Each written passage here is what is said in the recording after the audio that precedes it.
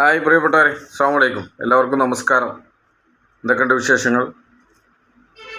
എല്ലാവർക്കും നല്ലൊരു ദിനം ആശംസിക്കുകയാണ്. ഇന്ന് ഓഗസ്റ്റ് 19 ചൊവ്വാഴ്ച വന്നിട്ടുള്ള ചന്ദ്രിക ദിനപത്രത്തിൽ വന്നിട്ടുള്ള അതിസുപ്രധാനമായ ഒരു ലേഖനമുണ്ട്. ആ ലേഖനം ഞാൻ നിങ്ങൾക്ക് മുമ്പിൽ എത്തിക്കുകയാണ്. ഇന്നത്തെ നിരീക്ഷണം പേജിൽ വന്നിട്ടുള്ള ലേഖനമാണ്. വോട്ട് തിരിമറിയും ജനാധിപത്യത്തിൻ്റെ ക്രമക്കേടും എന്ന തലക്കെട്ടിൽ പ്രിയങ്കരനായ ഡോക്ടർ പുത്തൂർ റഹ്മാൻ എഴുതിയിട്ടുള്ള ലേഖനം ഞാൻ നിങ്ങൾക്ക് മുമ്പിൽ കേൾപ്പിക്കുകയാണ്.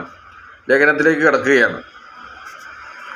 ഇന്ത്യൻ ജനാധിപത്യത്തിൻ്റെ നിലനിൽപ്പിനെ തന്നെ ഭീഷണിപ്പെടുത്തുന്ന ഒരു പ്രതിസന്ധിയെ രാജ്യത്തെ പൗരസമൂഹത്തിന് മുന്നിൽ അവതരിപ്പിച്ച സമകാലിക സംഭവവികാസമാണ് വോട്ട് ചോരി ആരോപണങ്ങൾ. ആരോപിക്കപ്പെട്ട ഒരു തകരാറല്ല അതെന്നും സംഭവിച്ചു കഴിഞ്ഞ കൃത്രിമമാണ് അതെന്നും ഇന്ന് എല്ലാവർക്കും അറിയാം. എന്നാൽ ഇത്തരം ആരോപണങ്ങൾ ജനാധിപത്യ പ്രക്രിയയിലെ വിശ്വാസ്യതയെ തകർക്കുന്ന അവസ്ഥ ഉണ്ടാക്കി കഴിഞ്ഞു. കാരണം വോട്ട് തിരിമറി ജനങ്ങളുടെ മാൻഡേറ്റിനെ തന്നെ അട്ടിമറിക്കുന്നു.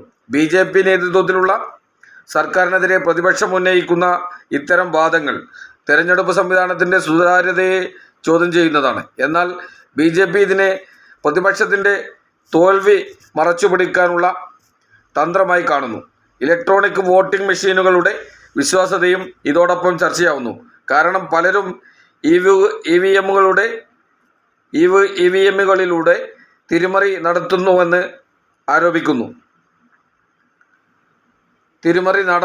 ആരോപിക്കുന്നു. എന്നിരുന്നാലും തിരഞ്ഞെടുപ്പ് കമ്മീഷൻ EVMകളുടെ സുരക്ഷിതത്വം ഉറപ്പാക്കിയെന്നും ആരോപണങ്ങൾ അടിസ്ഥാനരഹിതമാണെന്നും വാദിക്കുന്നു. ഈ പ്രത്യാരോപണ പരിപാടികളുടെ ഏറ്റവും അവസാനത്തെ എപ്പിസോഡായിരുന്നു രേഖകൾ കയ്യിലുയർത്തിയും പ്രദർശിപ്പിച്ചും രാഹുൽ ഗാന്ധി നടത്തിയ വാർത്താ സമ്മേളനം. രാജ്യത്തെ പ്രധാന മാധ്യമങ്ങൾ മുഴുവൻ അവഗണിച്ചിട്ടും രാഹുലിൻ്റെ വാർത്താ സമ്മേളനം ഇന്ത്യയിലെ ബഹുജനം കാണുകയും പ്രതികരിക്കുകയും ചെയ്തു. രാഹുൽ ഗാന്ധി വോട്ട് തിരിമറിക്കെതിരെ നടത്തിയ ശ്രമകരമായ അന്വേഷണങ്ങൾ ഇന്ത്യൻ ജനതയിൽ വലിയ ബോധവൽക്കരണം സൃഷ്ടിച്ചിരിക്കുന്നു. അദ്ദേഹം വെറുതെ വോട്ട് ചോരി ആരോപണങ്ങൾ ഉന്നയിക്കുന്നതിന് പകരം കൃത്യമായ തയ്യാറെടുപ്പോടെ പ്രസ് കോൺഫറൻസുകൾ നടത്തി തിരഞ്ഞെടുപ്പ് കമ്മീഷൻ്റെ പക്ഷപാതിത്വത്തെ ചോദ്യം ചെയ്തു. കർണാടകയിലെ വോട്ടർ പട്ടിക തിരിമറികളെക്കുറിച്ചുള്ള ഡോക്യുമെൻ്ററികൾ അദ്ദേഹം പുറത്തു കൊണ്ടുവന്നു. ഇത് BJPയും ECIയും തമ്മിലുള്ള കൂട്ടുകെട്ടാണെന്ന് ആരോപിച്ചു. ഈ അന്വേഷണങ്ങൾ ജനങ്ങളെ ജാഗ്രതയുള്ളവരാക്കി. തെരഞ്ഞെടുപ്പ് പ്രക്രിയയിലെ പോരായ്മകളെക്കുറിച്ച് ചർച്ചകൾക്ക് തുടക്കമിട്ടു. RSS നയിക്കുന്ന ഹിന്ദുത്വ സംഘപരിവാർ ഇന്ത്യൻ ജനാധിപത്യത്തെ എങ്ങനെ കശാപ്പ് ചെയ്യുന്നുവെന്നതൊരു ഗുരുതരമായ വിഷയമാണ്. ഹിന്ദുത്വ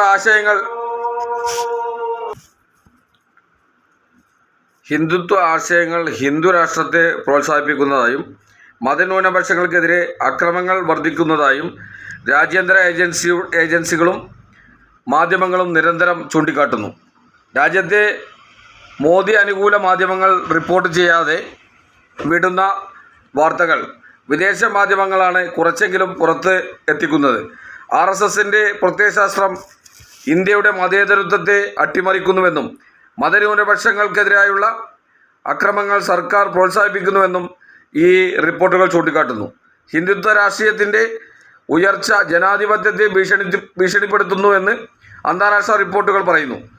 മതസ്വാതന്ത്ര്യത്തെ ഹനിക്കുന്നതായി വിമർശനം ഉയരുന്നു. BJP സർക്കാരിൻ്റെ കാലത്ത് മത ന്യൂനപക്ഷങ്ങൾക്കെതിരെയുള്ള അക്രമങ്ങൾ വർദ്ധിച്ചുവെന്ന് US സ്റ്റേറ്റ് ഡിപ്പാർട്ട്മെൻറ്റ് റിപ്പോർട്ടുകൾ സൂചിപ്പിക്കുന്നു. എന്നിരുന്നാലും RSS തങ്ങളുടെ പ്രവർത്തനങ്ങൾ ദേശീയോദ്ധാരണത്തിനാണെന്ന് വാദിക്കുന്നു. ദേശീയോദ്ധാരണത്തിൻ്റെ ഭാഗമാണ് വോട്ട് തിരിമറിയും എന്നാവണം നമ്മൾ മനസ്സിലാക്കേണ്ടത്. ഇന്ത്യൻ തെരഞ്ഞെടുപ്പ് കമ്മീഷൻ്റെ പ്രവർത്തനങ്ങളിൽ സാധാരണയായി പത്രപ്രവർത്തകർ അന്വേഷണാത്മക റിപ്പോർട്ടിങ്ങിൽ ശ്രമിക്കാറില്ല. എന്നാൽ 2018 മധ്യപ്രദേശ് സംസ്ഥാന തെരഞ്ഞെടുപ്പിൽ ഇലക്ട്രോണിക് വോട്ടിംഗ് മെഷീനുകളിൽ EVM രേഖപ്പെടുത്തിയ വോട്ടുകളുടെ എണ്ണപ്പെട്ട വോട്ടുകളും തമ്മിൽ വ്യക്തമായ വ്യത്യാസം കണ്ടെത്തിയത് ഞെട്ടിക്കുന്നതായിരുന്നു. ഒരു രഹസ്യ സ്രോതസ്സിൽ നിന്ന് ലഭിച്ച വിവരത്തിൻ്റെ അടിസ്ഥാനത്തിൽ ഏതാനും മാധ്യമങ്ങൾ മധ്യപ്രദേശ് മുൻ മുഖ്യ തെരഞ്ഞെടുപ്പ് ഓഫീസറുടെ വെബ്സൈറ്റിൽ ലഭ്യമായ ഡാറ്റ പരിശോധിച്ചപ്പോൾ എണ്ണിത്തിട്ടപ്പെടുത്തലിൽ കാൽക്കുലേറ്ററിന് സമാനമായ കൃത്യത പാലിക്കേണ്ട EVMകളിൽ വ്യത്യാസങ്ങളുണ്ടായിരുന്നു. എന്നാൽ കമ്മീഷൻ ഈ വിഷയത്തെ താൽക്കാലിക ഡാറ്റയാണെന്ന് പറഞ്ഞ് തള്ളിക്കളഞ്ഞു. 2019 ലോക്സഭാ തെരഞ്ഞെടുപ്പിൽ വോട്ടുകളുടെ കൃത്യമായ എണ്ണം, വോട്ടർമാരുടെ ലിംഗവിവരങ്ങൾ തുടങ്ങിയ ഡാറ്റ പെട്ടെന്ന് പ്രസിദ്ധീകരിക്കുന്നത് നിർത്തി. വോട്ടുകളുടെ എണ്ണത്തിൽ വലിയ അന്തരങ്ങൾക്കുറവും കൂടുതലും കണ്ടെത്തിയപ്പോൾ കമ്മീഷൻ വിശദമായ മറുപടി നൽകുന്നതിന് പകരം ആ ഡാറ്റ പിൻവലിച്ചു. 2024 ലോക്സഭാ തെരഞ്ഞെടുപ്പിലും 4-5 മണ്ഡലങ്ങൾ ഒഴികെ മിക്കവാറും എല്ലാ മണ്ഡലങ്ങളിലും വോട്ടുകളുടെ എണ്ണത്തിൽ വലിയ വ്യത്യാസങ്ങൾ ദൃശ്യമായി. ഈ വ്യത്യാസങ്ങൾക്ക് ഇന്ന് വരെ കൃത്യമായ വിശദീകരണം ലഭിച്ചിട്ടില്ല. എന്നാൽ ഇപ്പോഴെങ്കിലും പ്രതിപക്ഷം ഈ വിഷയത്തിൽ സജീവമായി ഇടപെട്ടു. തെരഞ്ഞെടുപ്പ് പ്രക്രിയയുടെ സുതാര്യതയെക്കുറിച്ച് ഗൗരവമായ ചോദ്യങ്ങൾ ഉയർത്തി. ഇപ്പോൾ ഈ സംശയങ്ങൾക്കെതിരെ വാതിൽ കൊട്ടിയടക്കുന്ന നിലപാടെടുക്കുന്ന ഇലക്ഷൻ കമ്മീഷൻ ഒരർത്ഥത്തിൽ രാജ്യത്തെ ബോധ്യപ്പെടുത്തുന്നത് സുതാര്യതയില്ലായ്മയുടെ സൂചനകളാണെന്ന തന്നെ വേണം നമ്മൾ കരുതാൻ. രാജ്യത്തെ മതേതര ജനാധിപത്യ പൗരസമൂഹത്തിന് ഈ പ്രതിസന്ധിയിൽ രാഹുൽ ഗാന്ധിയെയും കോൺഗ്രസിനെയും പ്രതിപക്ഷ പാർട്ടികളെയും സഹായിക്കാൻ പല മാർഗങ്ങളുണ്ട്. സിവിൽ സൊസൈറ്റി സംഘടനകൾ തിരഞ്ഞെടുപ്പ് പ്രക്രിയയിൽ സജീവമായി ഇടപെട്ട് വോട്ടർ ബോധവൽക്കരണ ക്യാമ്പയിനുകളിൽ നടത്തി പ്രതിപക്ഷത്തെ ശക്തിപ്പെടുത്താം. സാമൂഹിക അവബോധം നിർമ്മിക്കുന്നതിലൂടെയും ജനാധിപത്യ മൂല്യങ്ങൾ പ്രോത്സാഹിപ്പിക്കുന്നതിലൂടെയും പ്രതിപക്ഷത്തിന് പിന്തുണ നൽകാം. തെരഞ്ഞെടുപ്പ് സമയത്ത് സിവിൽ സൊസൈറ്റി ഇടപെട്ട് ഇലക്ടർ ബോണ്ടുകൾ പോലുള്ള പ്രശ്നങ്ങൾ ചർച്ചയാക്കി പ്രതിപക്ഷത്തെ സഹായിക്കാം.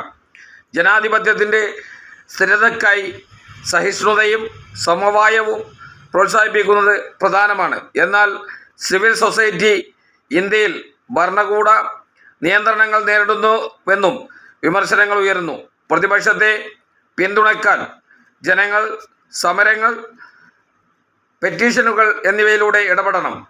അത്തരം ശ്രമങ്ങൾക്കും രാജ്യത്ത് തുടക്കം കുറിക്കാൻ രാഹുലിൻ്റെ ഈ ശ്രമം കാരണമായി എന്നത് തന്നെയാണ് ഇപ്പോൾ രാഹുൽ നടത്തിയ ഈ നീക്കത്തിൻ്റെ ഗുണപരമായ പ്രതിഫലനം.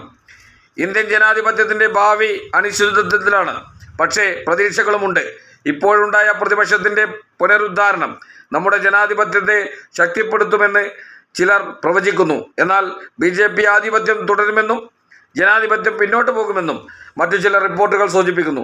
തെരഞ്ഞെടുപ്പ് പരിഷ്കാരങ്ങൾ, സുതാര്യത എന്നിവയിലൂടെ ജനാധിപത്യം പുനരുജ്ജീവിപ്പിക്കാമെന്ന് വിദഗ്ധർ പറയുന്നു. എന്നിരുന്നാലും ഹിന്ദുത്വയുടെ ഉയർച്ചയും മതന്യൂനപക്ഷങ്ങളോടുള്ള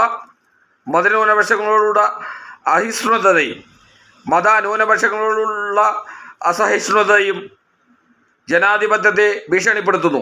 എന്തുതന്നെയായാലും പ്രതിപക്ഷ ഐക്യവും സിവിൽ സൊസൈറ്റി ഇടപെടലും നിർണായകമായ സംഗതികളാണ്. ഇന്ത്യയെയും ജനതയെയും കൃത്രിമത്വം ഇല്ലാതെ ഉൾക്കൊള്ളുന്ന ഒരു ജനാധിപത്യ പ്രക്രിയ ഇല്ലെങ്കിൽ നമ്മുടെ രാജ്യം പാരതന്ത്രത്തിലേക്കാണ് തിരിച്ചു പോവുക എന്നതിൽ ആർക്കും തർക്കമുണ്ടാകില്ല. ഏറ്റവും ശ്രദ്ധേയമായി പ്രിയങ്കരനായ ഡോക്ടർ പുത്തൂർ റഹ്മാൻ്റെ ഒരു ലേഖനമാണ്. ബഹുമാന്യനായ ഇന്ത്യയുടെ പ്രതിപക്ഷ നേതാവ് പ്രിയപ്പെട്ട രാഹുൽ ഗാന്ധി കൃത്യമായി തെളിവുകൾ നിരത്തി ഉന്നയിച്ച ഈ വിഷയം കൃത്യമായി തന്നെ രാജ്യം ഏറ്റവും ഗൗരവമായി എടുക്കുന്നതിൻ്റെ ഒരു പ്രതിഫലനമാണ് ഇന്നത്തെ ലേഖനത്തിൽ പ്രിയങ്കരനായ പുത്തൂർ റഹ്മാൻ സാഹിബ് കൃത്യമായി പ്രതിപാദിക്കുന്നത്. ഏതായാലും വലിയൊരു പ്രതീക്ഷ നൽകുന്ന ജനാധിപത്യ രാജ്യം എന്ന നിലയ്ക്ക് വലിയൊരു പ്രതീക്ഷ നൽകുന്ന ഒരു മുന്നേറ്റത്തിനാണ് ബഹുമാന്യനായ കോൺഗ്രസിൻ്റെ പ്രിയങ്കരനായ നേതാവ്, ഇന്ത്യയുടെ പ്രതിപക്ഷ നേതാവ്, ഇന്ത്യ സഖ്യത്തിൻ്റെ സുപ്രധാന നേതൃത്വം വഹിക്കുന്ന പ്രിയപ്പെട്ട രാഹുൽ ഗാന്ധി അദ്ദേഹം നടത്തുന്ന ഈ ഒരു പ്രതിഷേധത്തിന് കൃത്യമായ പിന്തുണ നൽകിക്കൊണ്ടുള്ള ഒരു ലേഖനമാണ് പ്രിയങ്കരനായ KMCCയുടെ ദേശീയ കമ്മിറ്റിയുടെ പ്രിയങ്കരനായ അമരക്കാരൻ, പ്രിയപ്പെട്ട പുത്തൂർ റഹ്മാൻ സാഹിബ്, ഇൻ്റർനാഷണൽ KMCCയുടെ പ്രിയങ്കരനായ അമരക്കാരൻ പുത്തൂർ റഹ്മാൻ സാഹിബ് ഇന്നത്തെ ഈ ഒരു കൃത്യമായി തന്നെ ഇന്ന് എഴുതിയ ലേഖനത്തിൽ അദ്ദേഹം കൃത്യമായി ഇത് പ്രതിപാദിക്കുന്നുണ്ട്. ഏതായാലും ഇന്നത്തെ വീഡിയോ ഇവിടെ പര്യവസാനിക്കുകയാണ്. ഇതുമായി ബന്ധപ്പെട്ട് കൃത്യമായി തന്നെ ഈ സുപ്രധാന ഒരു സന്ദേശം നിങ്ങൾക്ക് എത്തിക്കാൻ കഴിഞ്ഞുള്ള സന്തോഷം അറിയിച്ചുകൊണ്ട് ഇന്നത്തെ വീഡിയോ വൈൻഡപ്പ് ചെയ്യുന്നു. എല്ലാവർക്കും നന്ദി, നമസ്കാരം. അസ്സലാമു അലൈക്കും വറഹ്മത്തുള്ളാഹി തആല വബറകാതുഹു. മാസ്സലാമ.